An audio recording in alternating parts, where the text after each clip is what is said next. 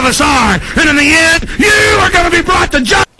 You know, we have an NHS in this country, and, you know, they hand out antibiotics like sweets, and they give kids vaccines from the age of when they're born right up through to 18, and then you can pay for more after that.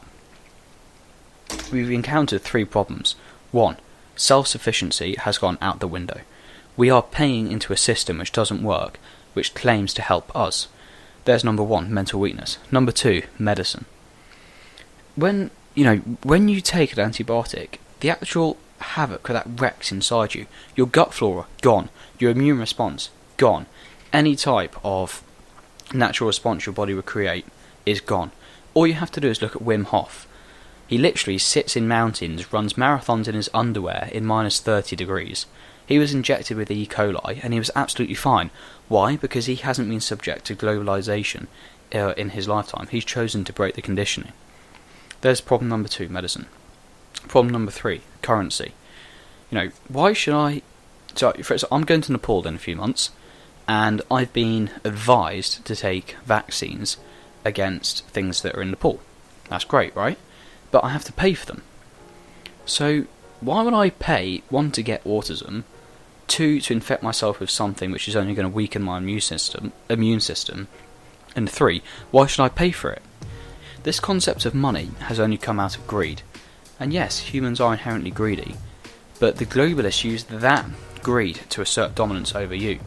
They give themselves billions of dollars, like Zuckerberg, the flipping lizard, and Obama, you know, the crazed terrorist. These people have money, and that's when they become the elite. This social engineering and outward look of liberalism under the mask of complete fascism is the problem in our society, and people have just learned to accept it because they are being conditioned by the globalists. And yeah, it sounds mad, but you have to, you know, if I just sat here and played games all day and did some reading and maybe went for a jog, if I just went through my life like that, I would think like your average globalist person, right? The problem is, if you want to become different and you want to become aware of what's going on around you, you have to try. And I've tried to try and prove why our certain way of society is wrong. And that's when I've discovered people like Alex Jones and Paul Joseph Watson. And, you know, people on the complete other end of the spectrum, like Bernie Sanders. We all think outside the box to realise that society doesn't work. Now, yeah, we draw different conclusions from that.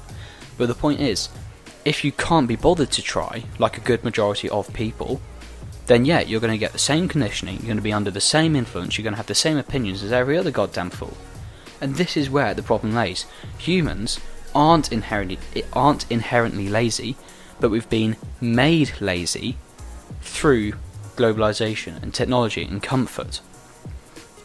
And because we've been made lazy, our natural processes are being shut down within our body and brain, and that's when the conditioning works. People think our society works because they've been told it works, and they accept that because they're mentally lazy, and they've been made mentally lazy by technology and the progression of time. And this is the whole point. This is the whole point of this podcast. You have to wake up. You have to try. It's easy, you know, if you go to the gym and you can squat 50 kilograms, it's easy to stay there and do one extra rep per session, and then just keep that in there. It will feel lighter and lighter, and you will think, yeah, I'm getting better at this. But you're staying within your comfort zone. You know, if you eat fish and chips for every meal for the rest of your life, you know, if you then go to a sushi restaurant, you're not going to want to eat the sushi because you've become comfortable with what you've been given your entire life.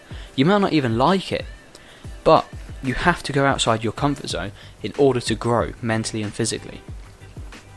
And people were doing this for hundreds of thousands of years. You know, if you sat in a cave with a pile of food and a fire, eventually the fire's going to die down because the wood's being used, and the food's going to get eaten, and there's going to be none left. So you have to go outside your comfort zone in order to survive. You have to go and find wood. You have to go and find food. You have to go and find water. You have to find a way of purifying it and cooking it. And that is going outside your comfort zone. That is the raw meaning of it.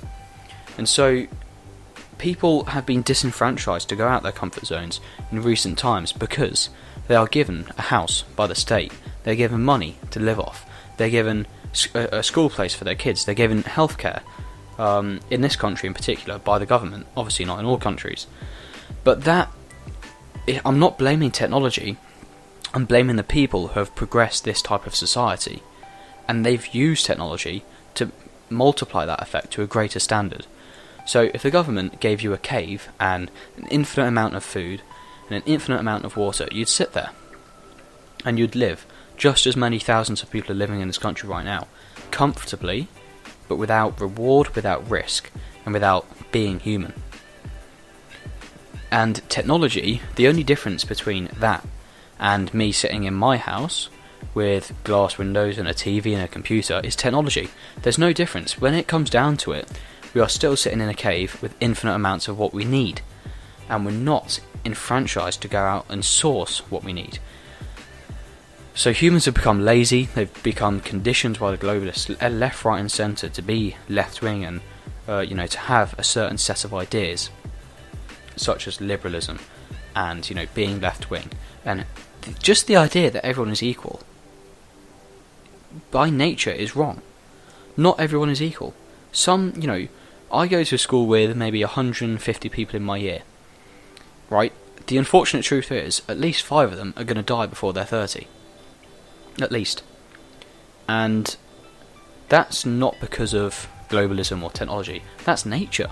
They might have a heart failure, or they might have, cancer or something like that, God forbid. But they might.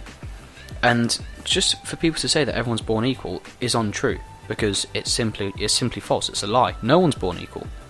Some people are stronger, some are taller, some are faster, some weigh more, some weigh less.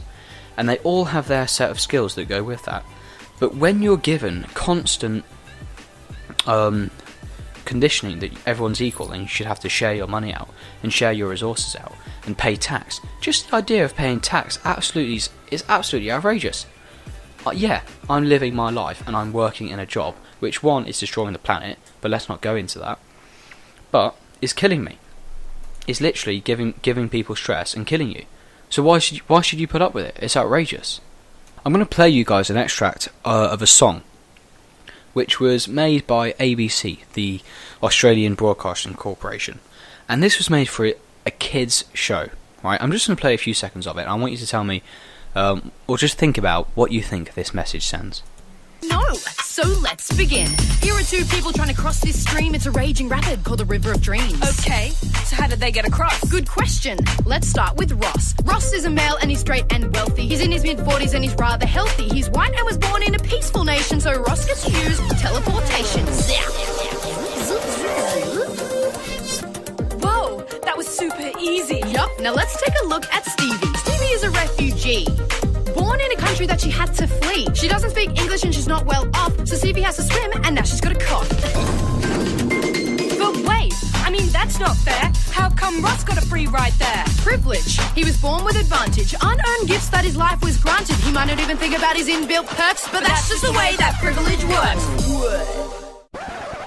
Absolutely outrageous. Absolutely flipping outrageous. These prancing fools dancing around on the screen, screaming about equality and privilege. It's beyond autistic. It makes me sick. And just the fact that the government has given money from taxpayers to fund this absolute detritus trash, it should worry you. It should make your skin crawl, because that just proves that on the underside of all this diversity and taxation and saving poor people from the cold winters because they haven't got enough money to afford heating, and we're going to tax you more so that they can pay for that. How weak do you have to be? This is the dehumanization of the population by the institution to make you weak and stupid, because that's what they want. You are easier to control when you're weak and stupid, because you will do anything to lay blame on someone who's in a better situation than you. And this is why the government toxifies what it means to be human. They create division. They create, just the idea of race. There is no difference between me and someone from Africa, or India, or Saudi Arabia, or Australia. There is no difference. The only difference is that they've convinced themselves that they are a different race, or they come from a different part of the planet, and that makes them different to me, or they have a different religion. There is absolutely no difference. And the globalists have toxified that relationship that we should have between each other, and what it does mean to be human. They've made division, and then they highlight the division to separate people. And once the people are separated from one another, that is when the government can swoop in with their propaganda, their left-wing detritus trash, because you are easy to control when you're weak and mentally broken by society. Everyone is victimised, but not everyone has the strength to bring themselves outside of that victimisation. And that is why humanity and our societies all across the world, I know they're all different and they're all diverse, which is great, but that is why it's all failing. Left wing, right wing, authoritarian, libertarian, none of it works, because there is some form of power in there. And going back to AnarchoPrimitivism, which is the point of this podcast, is that's the only way forward which allows people to be what they are, human. You don't go to a restaurant and expect to get told by the waitress what you should eat or what you should drink. You have the choice. And obviously that's very different to life. But the government doesn't ask you what you want or, what you want to do. They say, here are your options. Yeah, you can have a little bit of choice between a few of them, but you're going to pay tax. You're going to go to university. If you don't, you're going to have a low-paying job. You're going to go to school. You're going to pay stupid amounts of tax in many different ways. You're going to get a job, or we're going to give you a load of money. And that sort of thing just simply doesn't work in the grand scheme of things, because it's the fact that everyone is different. No two people are the same. Although at the base of things we are all human. That is what we have in common. And because the government has given us divisions and different roles in society, that creates the fractures which explode to create the lower class, the middle class and the upper class. The difference between a Christian, a Jew, a Muslim and a Buddhist, right? They are the differences, and they've only been introduced by the globalists, and this is why they need to be stopped. Technology is their tool to make you mentally weak.